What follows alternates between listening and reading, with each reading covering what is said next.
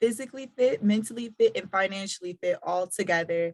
Today, we have a dear and beloved relative of mine. She's like family to me, Miss McKinney here. And she wants to talk to us about don't be broke. Don't be woke and broke. Okay. We don't want to be broke either, but we don't want to be woke and broke.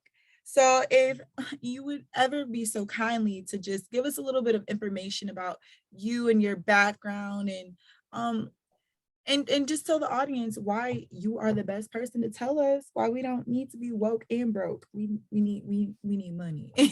Okay. All right. All right, Kyra. I am so excited to be a part of this today. I want to thank you for inviting me to come and be here with you to talk about this very, very near and dear topic to me. And so let me just tell you a little bit about myself. So I'm your personal finance coach.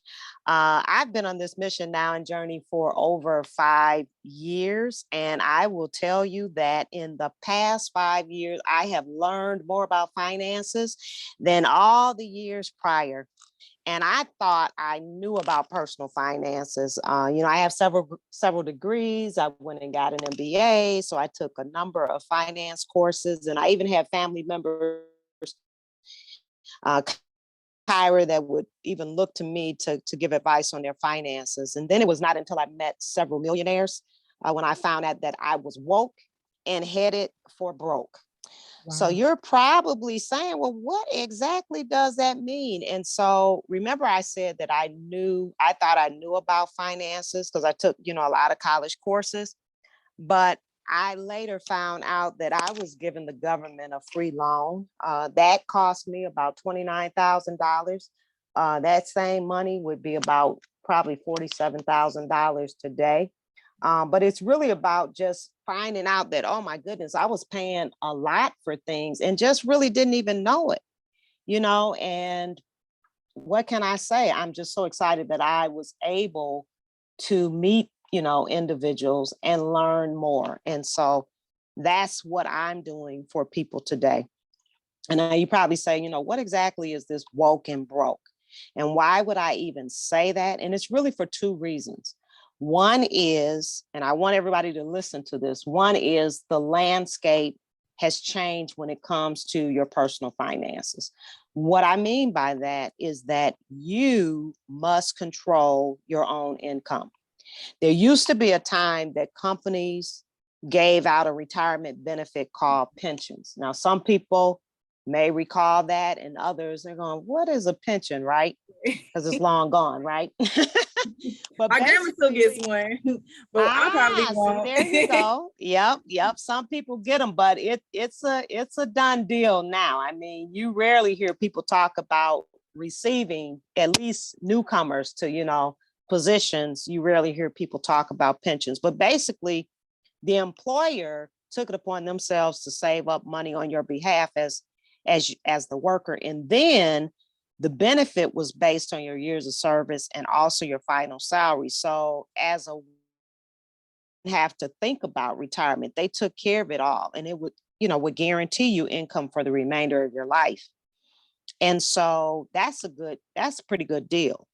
Well, over time, this became too expensive. And plus, you think about it, all of that risk was placed on the employer. And so eventually Congress passed a bill that gave birth to retirement plans like 401ks, 403bs, and et cetera, which now puts the responsibility on employees. So you as an employee have to take care and manage your own finances. You have to control your own income.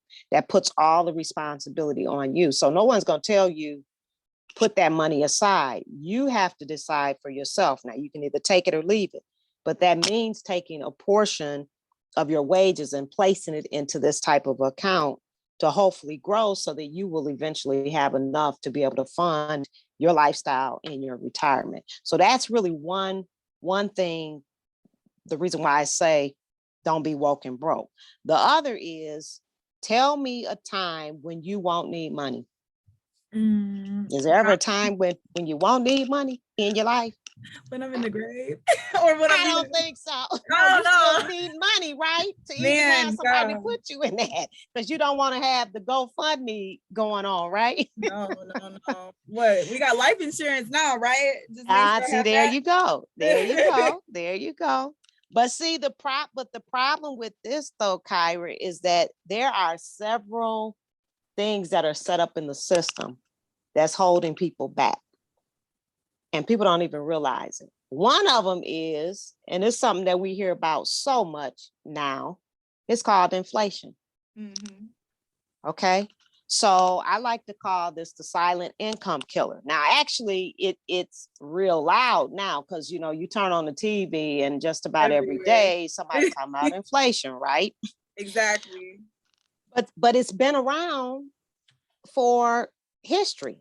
I mean, it has been around for history. So think of it like this. It would typically be about 2 to 3%. So what that means is the rate of increases in prices over a period of time, that's what you're looking at, about 2 to 3%.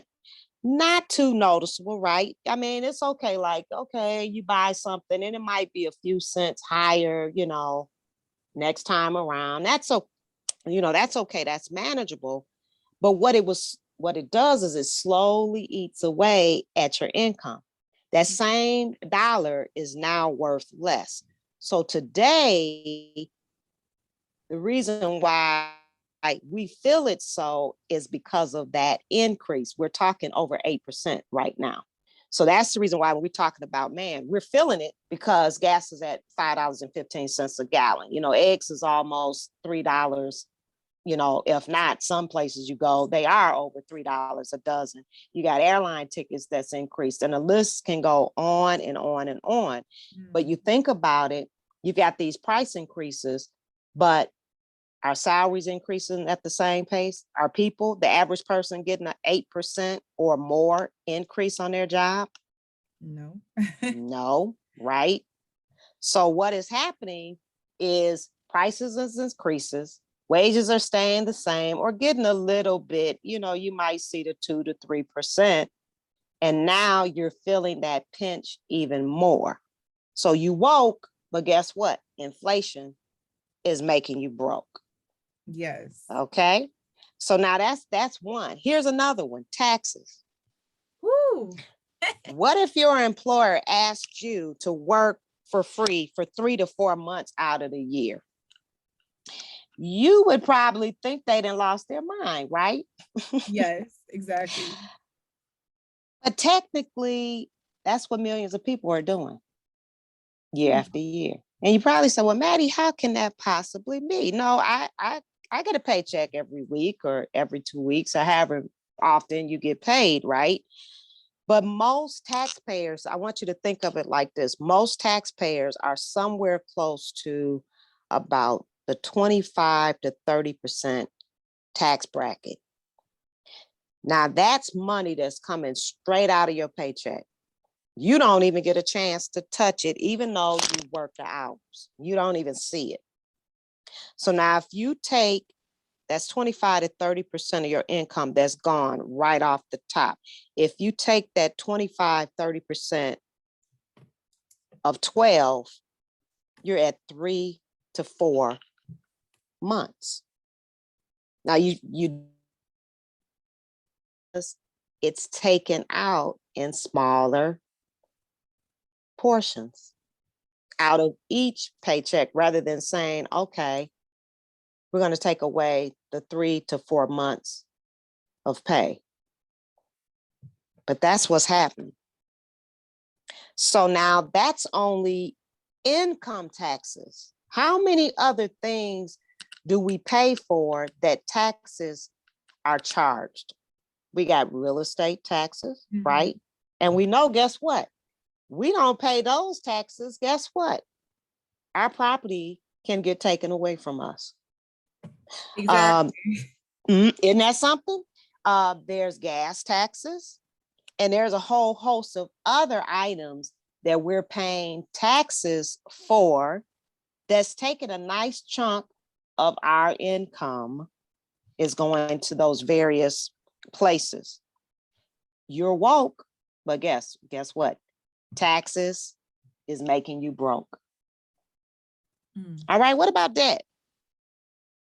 Debt is like cancer. It eats away at you. Now, we just talked about inflation. We talked about taxes eating away at your income.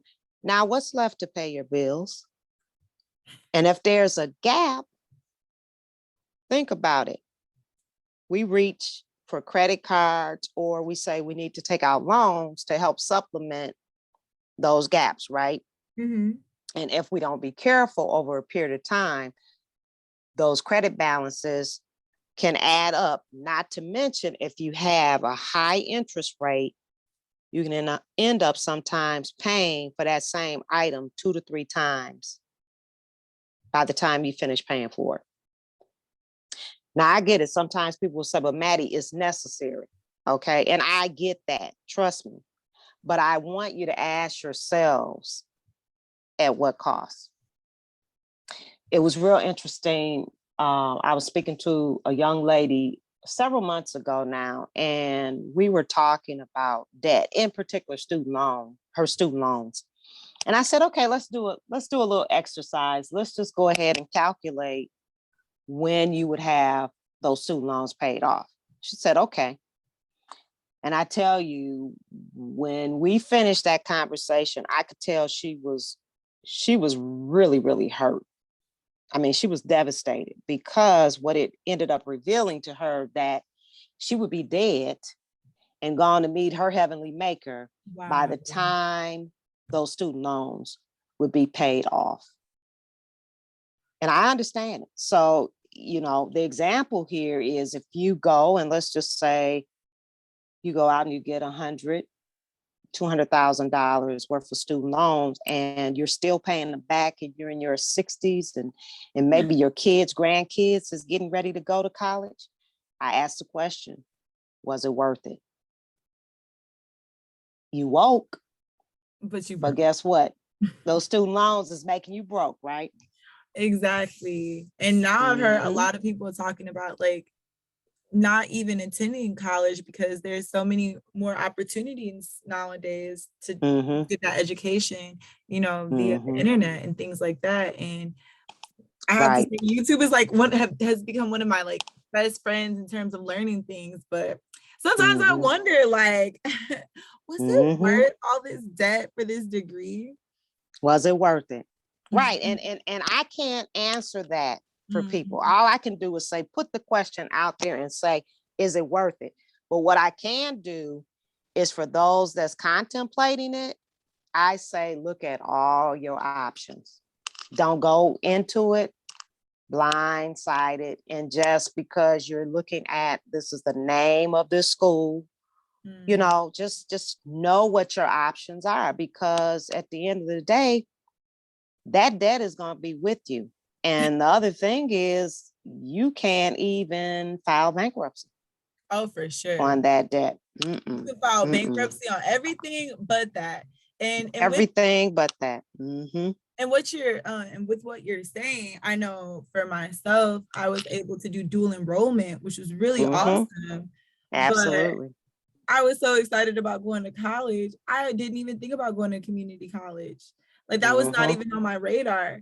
And to see that some of the people that have finished school did their year or two at community college, got everything taken care of, and were out of school, at the same time I was, but with less debt. I was like, man, I missed out on that little bit of knowledge. Like, absolutely. And getting those classes, taking those classes at a fraction of the cost of what it would cost at another college. And so, yeah. Yeah. And just to go on top of what you're saying, like, sometimes, like, even through the process of like furthering our education, you're not aware of for-profit schools and nonprofit schools. I mean, if you look at it, all schools are trying to make some money, but you end up going to a school where your credits don't transfer, and you're kind of out of luck. You're gonna like have to start all over again. Now, depending on how they do their credit hours, more money out of your pocket. So Isn't that something? Yeah, mm. it is something. So you definitely got to know your options. Absolutely. Like we said, you woke, but it could be making you broke. And here's another thing, Kyra, too, is that all of these things, whether it's inflation, taxes, debt, we contend with these things daily, and we've been led to believe that, okay, it's okay. I guess that's how, life is. That's what we're supposed to do, right? And so we think that it's the way it is. And so we choose not to do anything about it. We become tolerant. We accept this as a way of life. And what I'm here to say is that you can do something about it. You can do something about it. This doesn't have to be a way of life, but it starts with your mindset. And that just kind of leads me into, so we can sit here and talk about these things, but then what are we going to do about it, right? So the first thing that I say is it starts with your mindset. If you want to change your finances, it starts with you. It starts with your mindset. And because go ahead. And go ahead, right on. Yeah. So, it's because our beliefs drives our behaviors and our actions. So, and if you think, right, whether you think you can, whether you think you can't, you're absolutely right. If you think that you're always going to be in debt, you're going to always be in debt. If you believe that you're going to be broke, you're going to be broke. But these beliefs come from what we were taught about money. So let's explore some of them, some of these beliefs. So I was taught, like many others, that the only way to live the great American dream was to go to school, get good grades, go to college, land a great job with a great company, and that would be enough. I would be set, I could work at that company for the rest of my life and life would be good. I'm good. And again, nothing against going to school and college. I want to make that clear because I do believe that you do need education. Absolutely. Nothing against working for someone else, but today it's not enough. It is not enough. So I ask, how about you work for someone else and yourself so that you now can grow your wealth substantially while minimizing the amount you pay in taxes? Hello? Do you think there's something to be said why you've got billionaires that's not paying much in taxes and the poor man or woman that's working all of these hours, they're paying taxes galore? There's something to be said about that. For sure. It's mindset. How about another one? You might have heard, pay your bills first. Nothing against paying your bills. You got bills to pay, absolutely. But think about it this way. If you pay your bills at the rate we're talking about. One. Okay, so what I was saying is, here's one other mindset shift that we have to make. So I was under the belief that the way to get ahead is that you go back to school and get another degree. And I did that. I went back and I got an MBA. And yes, it did help me financially. But I also want you to ask yourself, how much is that degree going to cost? And it sounds like more debt, right? To pay for most, unless you're fortunate enough where your employer will pick up some of the tab through tuition reimbursement. So changing mindset is very, very important. And that's where it all starts if you want to change your finances. But then you don't stop there. You got to take action. So that's the second part that I want to leave everyone with. You have to get educated, understand how money works. And it's not the glitz and glam that people think. It's, in a way, it's boring, but you know what? It's very, very important. And here's something to think about. The wealthy teach their children about this stuff all the time. So it's natural. But I ask you, who are you listening to? Who's teaching you? Are you taking your cues from those who know how money works or those who are broke? Remember, I thought I knew until having had the opportunity to be around millionaires who talk a different language, and they were willing to show me. And now that's what I'm doing. I'm paying it forward. So as I mentioned before, I am a personal finance coach, and I love to work with individuals. Feel free to reach out to me. Some of the benefits that individuals would receive with working with me is things such as, what I do is I show you how to make your paycheck last longer to cover your expenses with your family. I show you how to wipe away debt quickly. I show you how to multiply your money through investments while limiting your risk. I also show you how to reduce high car and mortgage payments. And these are just a few of the things that I'm able to show you how to do. And there's so much more. So, Kyra, I believe you have my contact information. If you want me to call, say that, or if you want to, you can definitely go ahead and there. say that. You can say if you the name of your company and things like that, and I'll go ahead and I'll list that information in the description box so people can look you up. Definitely, right. Just having this conversation and being able to talk to people who like you look at one way like, oh, that's just family, but just to hear what you've gone through and the things that you do now, I think it's very imperative that we have these conversations and have open dialogues and share this so that we can, cultivate generational wealth as well as change our mindset. For me, my whole thing is like, I could not get people to work out unless I'm able to help them change their mind. But while we're changing our mind, we need to change our mind about, our physical and as well as our financial. So definitely go ahead and tell us your business and where we can find you and things like that. Right. So I'm here.